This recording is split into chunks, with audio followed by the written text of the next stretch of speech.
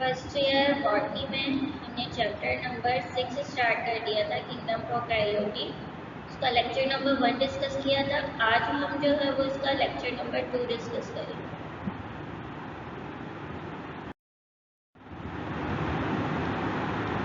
सबसे पहले जो टॉपिक पढ़ेंगे वो है हम डाइवर्सिटी इन बैक्टीरिया।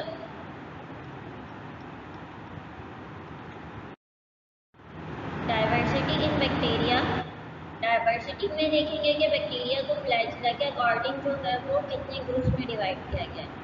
तो क्लासिफिकेशन ऑफ बैक्टीरिया है on the basis of flagella, यानी फ्लैजिला के अकॉर्डिंग कितने ग्रुप्स बनाए गए हैं बैक्टीरिया के। पहला ग्रुप है एट्राइकस, मोनोट्राइकस, लोफोट्राइकस, एम्फीट्राइकस और peritrichous. Diversity in bacteria, flagella की प्रेजेंस, पैटर्न, अटैचमेंट किस तरह हुई है, किस तरह वो अटैच हुआ हुआ, नंबर कितने फ्लैजिला के मौजूद हैं, इसके अकॉर्डिंग बैक्टीरिया को डिफरेंट टैक्सोनॉमिक ग्रुप्स में डिवाइड किया गया। पहला एट्राइकस यानी कि बैक्टीरिया विदाउट फ्लैजिला, एक सिंगल बैक्टीरिया का सेल है और इसके अराउंड जो है कोई भी फ्लैजिला मौजूद ना हो तो ये कंडीशन कहलाती है एट्राइकस कंडीशन। मोनोट्राइकस, अगर जो है वो सिंगल पोलर फ्लैजिलम प्रेजेंट है तो ये कंडीशन कहलाएगी मोनोट्राइकस।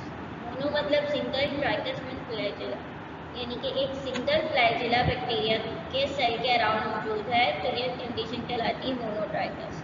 एट्राइकस, ए मतलब विदाउट फ्लैजिला, बगैर फ्लैजिला के बैक्टीरिया का सेल मौजूद है। थर्ड जो ग्रुप है हमारे पास वो है लोफोट्राइकस। अगर एक ग्रुप प्रेजेंट है फ्लैजिला का एक पोल पे तो ये कंडीशन कहलाएगी लोफोट्राइकस कंडीशन। ये एक बैक्टीरिया का सेल है और बैक्टीरिया के सेल पे जो है वो ग्रुप प्रेजेंट है फ्लैजिला के, तो ये कंडीशन कहला रही है लोफोट्राइकस। एम्फीट्राइकस, अगर टफ प्रेजेंट है फ्लैजिला का दो पोल्स के अराउंड तो ये कंडीशन कहलाएगी लोफोट्राइकस। यहाँ पर जो है वो ग्रुप प्रेजेंट है फ्लैजिला के बहुत सारे, और एक ये दूसरा पोल है, यहाँ पर भी बहुत सारे ग्रुप प्रेजेंट है फ्लैजिला के। ये कंडीशन हमारे पास कहलाएगी एम्फीट्राइकस कंडीशन।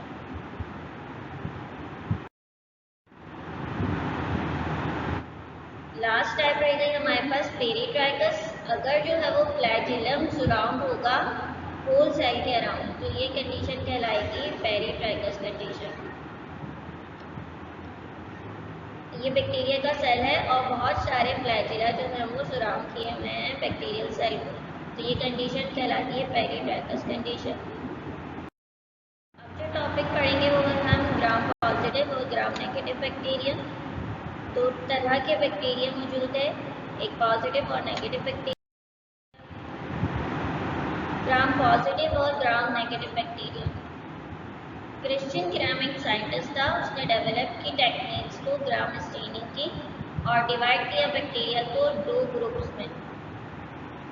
पहला ग्रुप जो है वो हमारे पास है ग्राम पॉजिटिव का और ये पर्पल कलर की स्टेन है इनमें, और अगर जो है वो पिंक कलर के बैक्टीरिया आपको नजर आएंगे तो ये ग्राम नेगेटिव बैक्टीरिया है।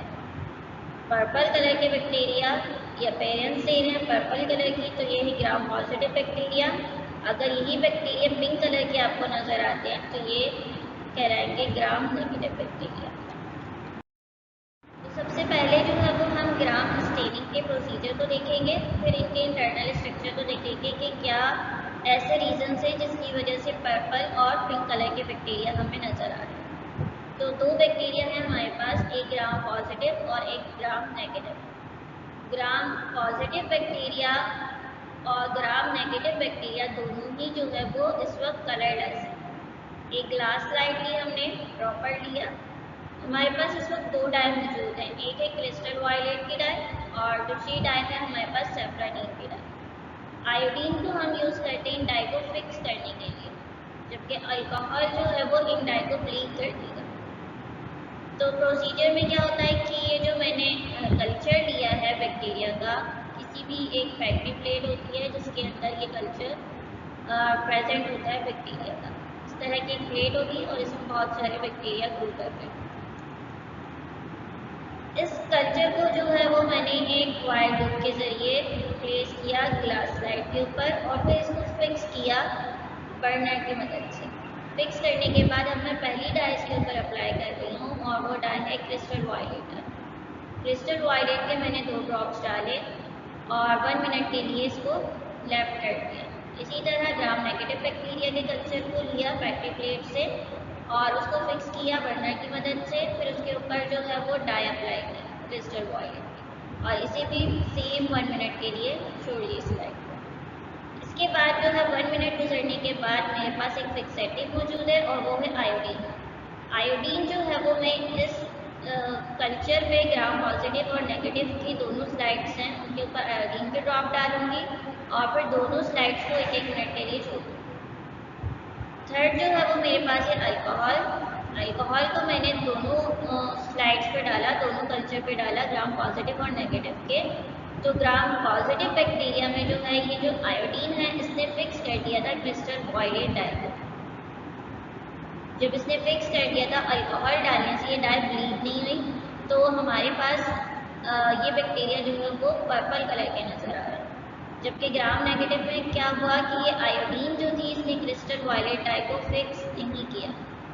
तो इसीलिए जैसे ही मैंने अल्कोहल इसके ऊपर प्लेस किया 10 सेकेंड तक इस स्लाइड को छोड़ा। 10 सेकेंड के बाद मैंने देखा कि ये जो पर्पल कलर के ग्राम नेगेटिव बैक्टीरियम नज़र आ रहे थे इनमें डाई तो फिक्स हुई नहीं थी और ये डाई तमाम की तमाम ब्लीड कर गई। तो ये दोबारा से कलरलेस हो गए। अब कलरलेस हो गए। अब मैं इसके ऊपर सेकेंड डाई अप्लाई कर रही हूँ और ये डाई है मेरे पास सैफरानीन की डाई। जब सैफरानीन की डाई मैंने ग्राम पॉजिटिव बैक्टीरियम पे अप्लाई की तो देखा कि ग्राम पॉजिटिव तो पहले से ही कलर थे पर्पल कलर के, तो उनके ऊपर इस डाई का कोई असर नहीं हुआ, इसलिए ये पर्पल नज़र आ रहे हैं मुझे स्टिल। ग्राम नेगेटिव क्योंकि इनकी जो क्रिस्टल वायलेट की डाई थी ये ब्लीड हो चुकी थी, कलरलेस हो चुके थे ये, तो ये जो बैक्टीरियम है इनके ऊपर सैफरानीन की जब डाई अप्लाई की तो ये पिंक कलर के नज़र आने लगे। तो क्या ऐसी रीजन है जिसकी वजह से ग्राम पॉजिटिव पर्पल कलर के नज़र आ रहे हैं और ग्राम नेगेटिव ने जो है वो सेकंड डाई का कलर अपने ऊपर स्टेन किया वो है सैफरानीन डाई। ग्राम पॉजिटिव में जो डाई अप्लाई हुई थी क्रिस्टल वायलेट ये फिक्स हो गई थी, जिसकी वजह से पर्पल नज़र आ रहे हैं और ग्राम नेगेटिव बैक्टीरियम के अंदर ये डाई फिक्स नहीं हुई थी, जबकि सेकंड डाई जो हमने अप्लाई की सैफरानीन डाई इसके ऊपर फिक्स हो गई थी, जिसकी वजह से ये पिंक कलर के नज़र आ रहे हैं। तो इनकी इंटरनल स्ट्रक्चर में कुछ ना कुछ डिफरेंसेस थे। ग्राम नेगेटिव बैक्टीरियम जो है वो पिंक कलर का नज़र आ रहा था हमें, तमाम के तमाम जो है वो पिक्चर में दिखाए गए ग्राम नेगेटिव बैक्टीरियम है। इसके एक सिंगल ग्राम नेगेटिव बैक्टीरिया है, एक सिंगल बैक्टीरियम के सेल का स्ट्रक्चर देखा गया है। तो इसके सेल वॉल में देखेंगे हम दो तरह की जो है वो हमें यहाँ पर मेम्ब्रेन नज़र आ रही है, प्लाज्मा मेम्ब्रेन है, ये आउटर मेम्ब्रेन है। सेल वॉल जो है वो हमने पढ़ा था बैक्टीरिया की पेप्टाइडोग्लाइकेन की बनी हुई है, तो यहाँ पर जो है वो पेप्टाइडोग्लाइकेन का अमाउंट कम है। जबकि ग्राम पॉजिटिव के सेल को अगर हम देखें तो पर्पल कलर के हमें बैक्टीरिया नज़र आ रहे थे जिन्होंने क्रिस्टल वायलेट कलर जो है वो रिटेन कर लिया था डाई का। इसके सिंगल बैक्टीरियम को अगर देखें, एक सिंगल सेल की हम स्टडी करें तो हमें नज़र आता है कि इसकी जो सेल वॉल है वो उसके अंदर पेप्टाइडोग्लाइकेन का अमाउंट बहुत ज़्यादा है as compare to gram negative bacteria. तो ये सेल वॉल का अमाउंट ज़्यादा होने की वजह से ये डाई जो है वो इजीली पेनिट्रेट कर जाती है सेल के अंदर और ये ब्लीड नहीं होती। क्योंकि यहाँ कम है इसका अमाउंट तो ये डाई जो है वो डीपली पेनिट्रेट नहीं कर पा रही। पेनिट्रेट नहीं करने की वजह से ये सेकेंड डाई जो हम अप्लाई करते हैं उसका कलर ले लेती है, जिसकी वजह से वो पिंक कलर के नज़र आते हैं। अब यहाँ पर जो है वो प्लाज्मा मेम्ब्रेन की कंपोजिशन में भी थोड़ा सा डिफरेंस है। ये फोस्फोलिपिड बाइलेयर है, इस सेल में भी मौजूद है और इस सेल में भी मौजूद है, मगर इनके पास एक एडिशनल आउटर मेम्ब्रेन मौजूद है, ये भी फोस्फोलिपिड बाइलेयर है, प्रोटीन मौजूद है इसके अंदर, पॉलीसेकेराइड्स मौजूद है, तमाम चीज़ें। ग्राम पॉजिटिव नेगेटिव की एग्जाम्पल में सीरिया गोला है और ग्राम पॉजिटिव के एग्जाम्पल में माइक्रोकोकस ल्यूटस है। इसके एग्जाम्पल में स्टेफाइलोकोकस भी आता है। जब हमने दोनों बैक्टीरिया के सेल का स्ट्रक्चर देखा तो हमने देखा कि ग्राम पॉजिटिव बैक्टीरिया के अंदर अंदर पेप्टाइडोग्लाइकेन यानी सेल वॉल की जो कंपोजिशन थी उसका अमाउंट ज़्यादा था, इसकी वजह से डाई जो है वो इजीली पेनिट्रेट कर रही थी और ये पर्पल कलर के नज़र आ रहे थे। जबकि ग्राम नेगेटिव के अंदर जो है वो पेप्टाइडोग्लाइकेन का अमाउंट कम था, ये डाई जो है वो ब्लीड हो गई। ब्लीड होने के बाद इसने सेकेंड डाई का कलर ले लिया और ये पिंक कलर के नज़र आने लगा। अब जो टॉपिक है वो है हमारे पास न्यूट्रिशन इन बैक्टीरिया।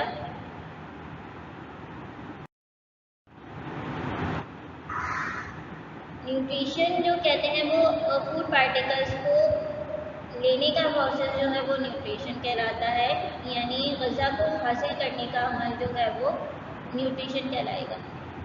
अब इस ग़िज़ा को हासिल करने के डिफरेंट प्रोसेस हैं बैक्टीरिया के अंदर। न्यूट्रिशन के अकॉर्डिंग बैक्टीरिया को डिफरेंट ग्रुप में डिवाइड किया गया है। पहले ऑटोट्रॉफिक है, इसमें फोटोसिंथेटिक और कीमोसिंथेटिक बैक्टीरिया आ रहे हैं। सेकेंड टाइप में मेरे पास हिप्टोट्रॉफिक बैक्टीरिया, जिसके अंदर पैरासिटिक, सेप्टोफिटिक आ रहे हैं। और थर्ड टाइप में मेरे पास सिम्बायोटिक बैक्टीरिया के। न्यूट्रिशन इन बैक्टीरिया में सबसे पहली टाइप है हमारे पास ऑटोट्रॉफिक बैक्टीरिया। वो बैक्टीरिया जो कि यूटिलाइज करें कार्बन डाइऑक्साइड को और एनर्जी को हासिल करें या तो सनलाइट से या किसी केमिकल रिएक्शन से, तो ये बैक्टीरिया कहलाते हैं हमारे पास ऑटोट्रॉफिक बैक्टीरिया। और न्यूट्रिशन कहलाएगी ऑटोट्रॉफिक न्यूट्रिशन। इसको फर्दर दो ग्रुप में डिवाइड किया गया है। पहले है फोटोसिंथेटिक बैक्टीरिया। ये यूटिलाइज करेंगे एटमॉस्फेयर से कार्बन डाइऑक्साइड को और एनर्जी हासिल करेंगे सनलाइट से, परफॉर्म करेंगे फोटोसिंथेसिस का प्रोसेस। मगर ये जो है वो हाइड्रोजन सल्फाइड को यूज़ करेंगे वाटर की जगह और हाइड्रोजन को लेने के, और रिलीज करेंगे सल्फर को ऑक्सीजन की जगह। ये बैक्टीरिया जो है इनके पास एक क्लोरोफिल मौजूद है जो कि डिस्पर्स हुआ है इनके सेल के अंदर, और ये क्लोरोफिल या बैक्टीरियो क्लोरोफिल कहलाता है। कार्बन डाइऑक्साइड थी, ये कंबाइन हुई हाइड्रोजन सल्फाइड से। हाइड्रोजन सल्फाइड से कंबाइन हुई लाइट से जो है वो इन्होंने एनर्जी ली। एनर्जी के साथ एनर्जी लेने के बाद इन्होंने क्या किया कि हाइड्रोजन को कंबाइन कर दिया कार्बन डाइऑक्साइड से। जब इसके साथ कंबाइन कर दिया तो ये बन गया कार्बोहाइड्रेट। अब यहाँ पर सल्फर बचा और ये सल्फर जो है वो रिलीज हो गया। हाइड्रोजन के जो है वो एक मॉलिक्यूल बचा और यहाँ से जो है वो ऑक्सीजन का एक मॉलिक्यूल बचा। ये दोनों कंबाइन होकर वाटर बनता है। प्लांट का जो अंदर फोटोसिंथेसिस होती है उसके अंदर क्या डिफरेंस होता है कि वो उसके अंदर कार्बन डाइऑक्साइड कंबाइन होती है वाटर के साथ और ये बनाते हैं कार्बोहाइड्रेट, और एंड प्रोडक्ट में क्या रिलीज होता है हमारे पास वाटर और यहाँ पर ऑक्सीजन रिलीज होता है। तो चूँकि जो है ये ऐसी कंडीशन में रह रहे हैं जहाँ ऑक्सीजन की डेफिशिएंसी होगी, तो ये क्या करेंगे हाइड्रोजन सल्फाइड को यूटिलाइज करना शुरू कर देंगे अपने फूड मटेरियल को प्रिपेयर करने के लिए। जब हाइड्रोजन सल्फाइड को यूज़ करेंगे तो हाइड्रोजन जो है वो इस कार्बन डाइऑक्साइड के साथ कंबाइन होकर कार्बोहाइड्रेट बना देगा, जबकि ये जो सल्फर जो है ये रिलीज हो जाएगा और ये एटमॉस्फेयर में चला जाएगा। इनके जो क्लोरोफिल हैं वो प्रेजेंट होंगे इनकी मेम्ब्रेन के ऊपर। इससे पहले हमने देखा था कि बैक्टीरिया के अंदर जो प्लांट के अंदर जो है वो क्लोरोफिल मौजूद होते हैं इनके क्लोरोप्लास्ट के अंदर, मगर बैक्टीरिया के अंदर ये क्लोरोप्लास्ट होता नहीं है क्योंकि ये प्रोकैरियोटिक ऑर्गेनिज्म हैं। तो यहाँ पर जो है वो इनके क्लोरोफिल जो है वो इनकी मेम्ब्रेन के अंदर प्रेजेंट होते हैं। लास्ट लेक्चर में हमने देखा था कि बैक्टीरिया के अंदर एक इन्वेजिनेशन मौजूद होती है सेल मेम्ब्रेन की, और ये इन्वेजिनेशन कहलाती है मीजोसोम। इस मीजोसोम के अंदर जो है वो इनके फोटोसिंथेटिक पिगमेंट डिस्पर्स होंगे और इसका फंक्शन क्या होगा लाइट एनर्जी को कैप्चर करना। सेकेंड टाइप है हमारे पास कीमोसिंथेटिक बैक्टीरिया। ऐसे बैक्टीरिया जो कि एनर्जी को हासिल करें ऑक्सीडेशन से या रिडक्शन प्रोसेस से और या डिफरेंट और इनऑर्गेनिक कंपाउंड से, जैसे कि नाइट्राइट से, अमोनिया है, सल्फर है, पैरासाइन है। ऐसे बैक्टीरिया कहलाते हैं कीमोसिंथेटिक बैक्टीरिया और न्यूट्रिशन कीमोसिंथेटिक न्यूट्रिशन कहलाएगी। कीमोसिंथेटिक बैक्टीरिया अमोनिया को भी यूज़ करेंगे एनर्जी हासिल करने के लिए। तो ये एक अमोनिया है, ऑक्सीडेशन हो रही है यानी ऐड हो रही है ऑक्सीजन, ये कन्वर्ट हो रही है नाइट्राइट के अंदर।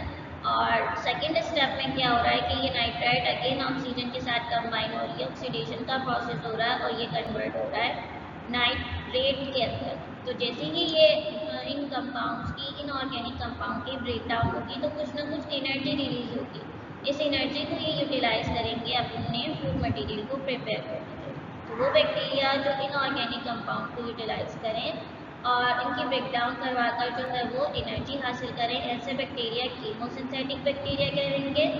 और इनका इस प्रोसेस के ज़रिए अपने फूड मटेरियल को हासिल करना ये कहलाता है कीमो सिंथेटिक न्यूट्रिशन कहलाता है।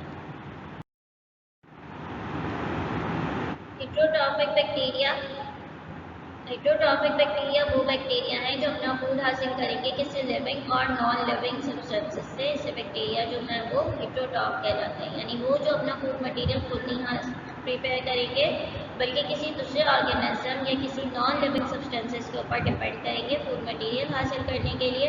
ऐसे बैक्टीरिया कहलाते हैं हेट्रोट्रॉफिक बैक्टीरिया। इसकी फर्दर टाइप्स हैं। पहली टाइप है हमारे पास पैरासाइट, ऐसे बैक्टीरिया जो कि अपने फूड मटेरियल को ऑब्टेन करें किसी लिविंग बॉडी से। जिस लिविंग बॉडी के अंदर रहेंगे वो होस्ट कहलाता है और उसके ऊपर ये फुली डिपेंड करते हैं, यानी तमाम का तमाम फूड मटेरियल उसी की बॉडी से हासिल करेंगे। खुद इनके पास एबिलिटी नहीं है कि ये अपना फूड मटेरियल प्रिपेयर कर सकते। ये बैक्टीरिया जो है वो डिसीज़ कॉज करेंगे और कुछ वक्त आएगा कि ये उस ऑर्गेनिज्म की डेथ भी करवा देंगे। जिस बॉडी के अंदर ये रह रहे हैं वो उसका होस्ट है, होस्ट की बॉडी के अंदर रहेंगे और वहाँ से ये अपना फूड मटेरियल हासिल करेंगे, क्योंकि इनके पास एबिलिटी नहीं है अपना फूड मटेरियल प्रिपेयर करने की। डिसीज़ कॉज करेंगे उस होस्ट के अंदर और ये डिसीज़ इतनी प्रोग्रेस कर जाएगी कि उस पर्सन की डेथ भी कॉज कर सकते हैं। इसकी एग्जाम्पल में नमूनिया है, टाइफाइड है, कॉलेरा है, ये तमाम डिसीज़ जो है वो बैक्टीरिया से कॉज होते हैं। सेप्रोफाइट्स, ऐसे बैक्टीरिया जो अपना फूड मटेरियल हासिल करें डेड ऑर्गेनिक सब्सटेंसेस से, जिसमें सॉइल ह्यूमस आ रहा है जो कि फॉर्म होता है डीके से, प्लांट्स और एनिमल से, और ये जो है ऑर्गेनिक कंपाउंड को कैरी करता है। ऐसे बैक्टीरिया चेंज कर देते हैं कंपाउंड्स को सिंपलर में कॉम्प्लेक्स कंपाउंड को और एनर्जी हासिल करते हैं। कोई भी लीफ है प्लांट का,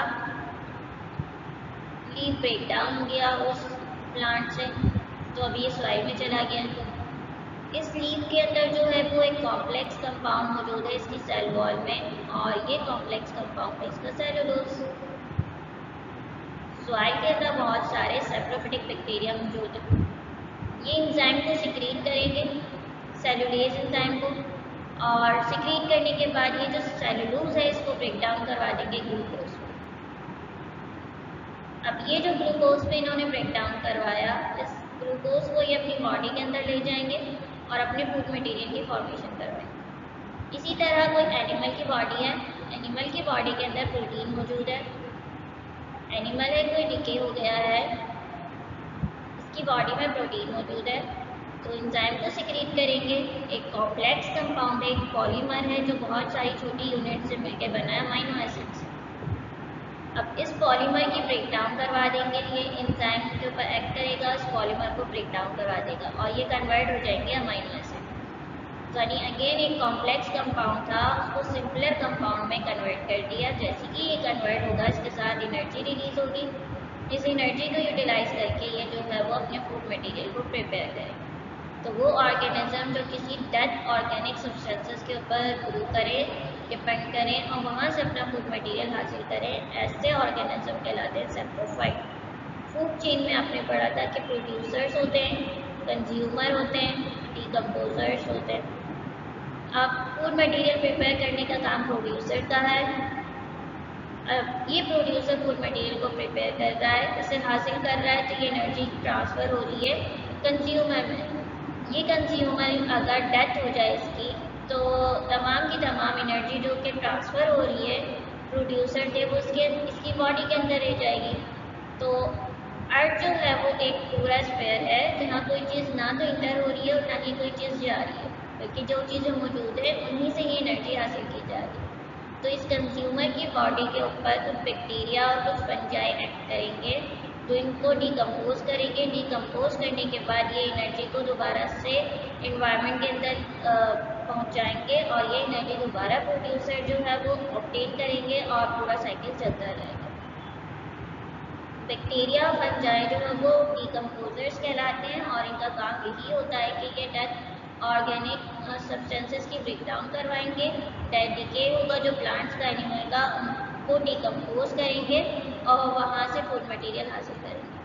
फूड मटेरियल ना सिर्फ हासिल करेंगे बल्कि कुछ ऐसे न्यूट्रिएंट जो है वो सॉइल के अंदर सॉइल को प्रोवाइड करेंगे जिसे कोई भी प्लांट बॉडी जो है वो यूटिलाइज करेगी और अपने प्रोसेस को परफॉर्म करेगी, फोटोसिंथेसिस का प्रोसेस परफॉर्म करेगी। जैसे कि वो प्लांट बॉडी से यूटिलाइज कर लेगी तो उस प्लांट बॉडी को अगर कोई हर्बीवोर एनिमल खा रहा है या कोई दूसरा कोई भी ऐसी वेजिटेबल है जिसे कोई कंज्यूमर जो है वो इंटेक कर रहा है, जैसे ह्यूमन भी कर रहे हैं, तो ये इंटेक करने के बाद एनर्जी उसमें ट्रांसफ़र हो जाएगी। जब उसकी डेथ हो जाएगी तो फिर ये डिकम्पोजर जो है वो उसको डिकम्पोज कर देंगे और एनर्जी दोबारा से साइकिल होती जाएगी।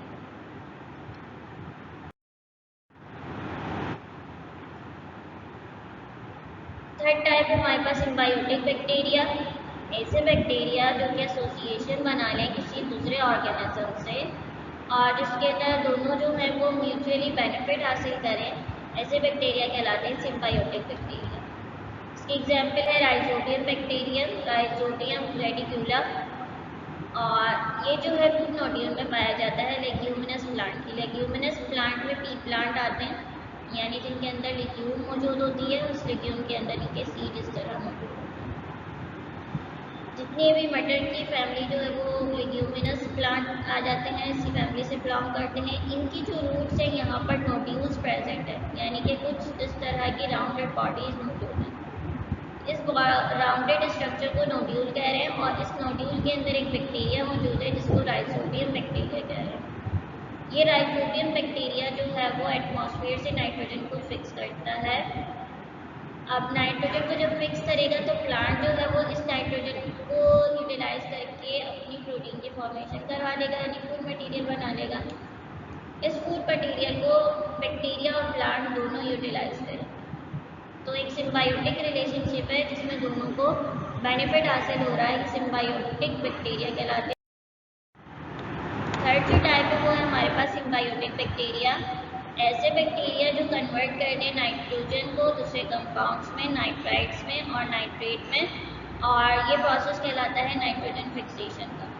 नाइट्रोजन फिक्सेशन में क्या होगा कि एटमॉस्फेयर से जो अमोनिया है प्लांट बैक्टीरिया ऑक्सीजन के साथ कंबाइन करवाएगा, इसकी ऑक्सीडेशन करवाएगा और करवाने के बाद ये कन्वर्ट करवा देगा नाइट्राइट में। नाइट्राइट में कन्वर्ट करवा देगा तो फिर दूसरे स्टेप में क्या होगा, ये नाइट्राइट की अगेन ऑक्सीडेशन होगी और ये कन्वर्ट हो जाएगा नाइट्रेट्स में।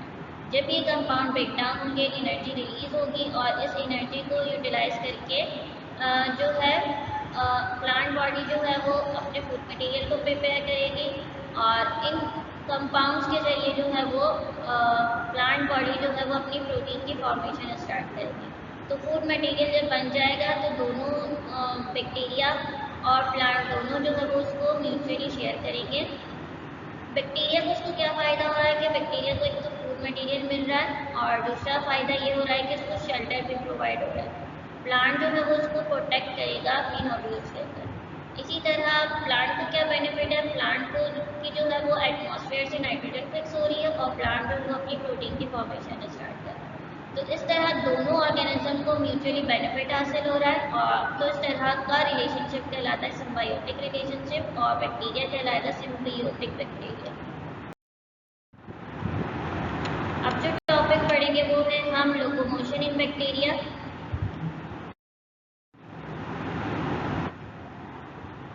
बैक्टीरिया जो है वो मूव करेंगे सिंपल फ्लैजिला को यूज़ करके और ये अटैच होता है एक यूनिक व्हील लाइक स्ट्रक्चर में, जिसको हमने लास्ट लेक्चर में पढ़ा था कि ये अपनी बेसल बॉडी से अटैच होता है। तो एक बैक्टीरिया का सेल था ये, इसके अराउंड जो है वो इसकी सेल वॉल मौजूद थी और फिर कैप्सूल मौजूद था। तो यहाँ पर जो है वो एक व्हील लाइक स्ट्रक्चर था जहाँ से ये फ्लैजिलम अटैच था और ये स्ट्रक्चर कहलाता था इसके बेसल बॉडी। तो ये बेसल बॉडी से अटैच होते हैं ये व्हील लाइक स्ट्रक्चर एम्बेडेड होता है बैक्टीरिया की मेम्ब्रेन के अंदर और सेल वॉल के अंदर, अलाउ करता है फ्लैजिला को कि वो रोटेट करे, यानी ये बेसल बॉडी के अंदर फिक्स होता है और जो है वो इसका फंक्शन क्या होता है कि ये रोटेट करता है, अपनी मूवमेंट स्टार्ट करता है।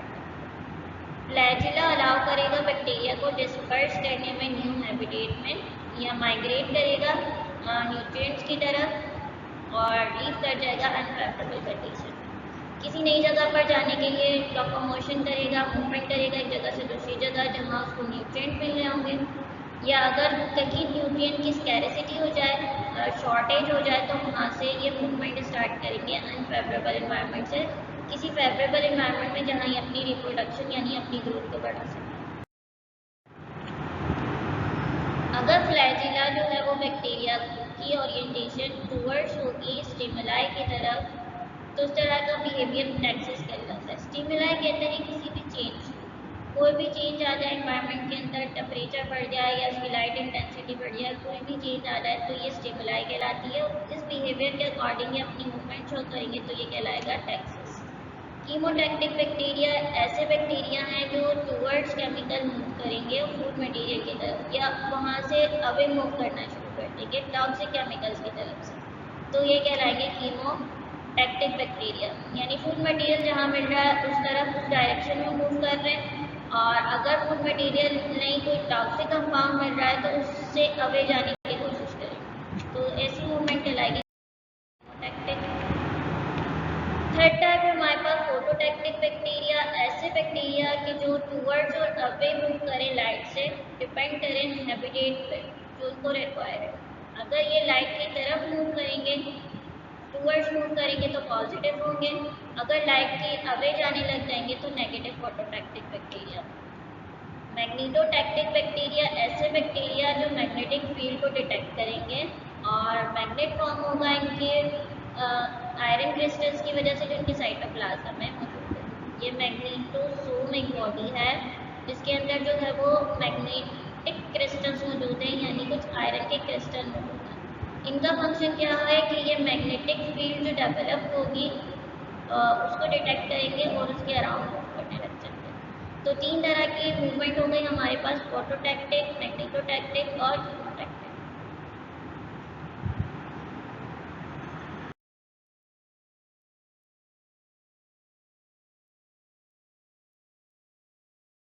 इस तरह हमने तीनों टाइप्स की मूवमेंट पढ़ ली, bacteria gram positive negative bacteria पढ़ ली। एक टाइप के बैक्टीरिया होती है यू बैक्टीरिया, बुक के अंदर लिखा और ये मैंने प्रीवियस लेक्चर में भी डिस्कस किया था कि यू बैक्टीरिया वो हैं जिनके अंदर जो है वो पेप्टाइडोग्लाइकेन मौजूद है, इनकी सेल वॉल जो है वो पेप्टाइडोग्लाइकेन की बनी हुई, और आर्की बैक्टीरिया वो हैं जिनकी सेल वॉल के अंदर पेप्टाइडोग्लाइकेन मौजूद नहीं होता। तो एक ये भी क्लासिफिकेशन थी बैक्टीरिया की कि यू बैक्टीरिया यानी ट्रू बैक्टीरिया जिनकी सेल वॉल पेप्टाइडोग्लाइकेन की बनी हुई है, आर्की बैक्टीरिया वो बैक्टीरिया जिनकी सेल वॉल जो है वो पेप्टाइडोग्लाइकेन की नहीं बनी। तो आज का लेक्चर हम यहीं तक रखते हैं, नेक्स्ट लेक्चर में हम इंशाल्लाह रिप्रोडक्शन इन बैक्टीरिया और डिफरेंट टॉपिक्स को कवर करेंगे। तो जब तक के लिए खुदा हाफिज़।